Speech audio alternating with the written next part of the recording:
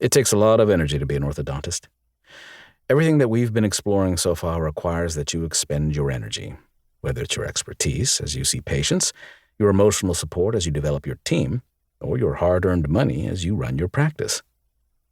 With all the outflows of energy, it's critical to ensure that there are inputs so you don't end up in the red. Burnout is no fun. We all have different interpretations of what investing in ourselves looks like.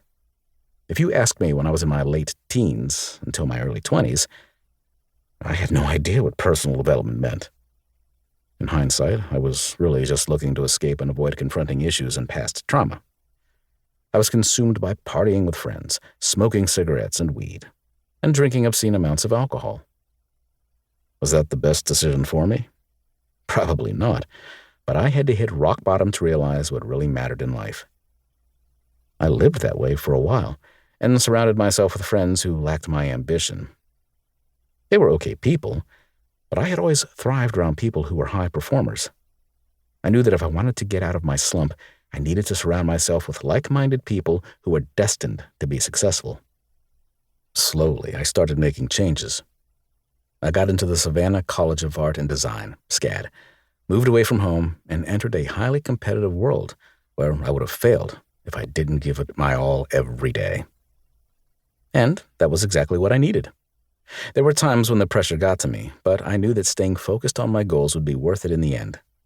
To do that, I had to make more changes to how I lived. I started exercising and eating better, and after some time, I remember that day clearly, I was so fed up with my lifestyle that I threw my cigarettes out of the window of my car. I continued to make positive changes until I got a job in New York that required all my time and energy, and my self-care went out the window yet again.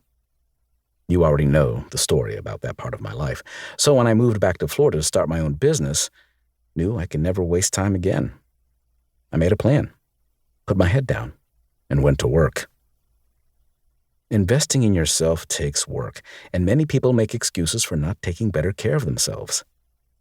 I'm too busy and tired. I don't need it, etc. We've all made excuses for not doing what we should be doing to better our personal and professional lives. When you feel like there are 100 moving parts occurring throughout the day, how can you set aside time to invest in yourself? You have kids to care for, a business to run, a busy work schedule, errands, family, friends, and the list goes on.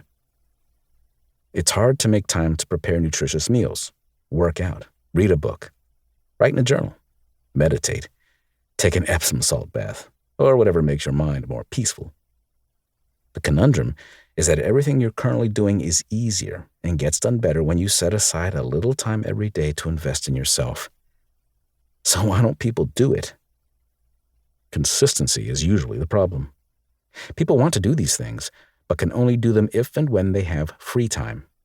And there's never enough time. When they finally have free time, they're doing other things that they've been wanting to do, not allowing for much self-care.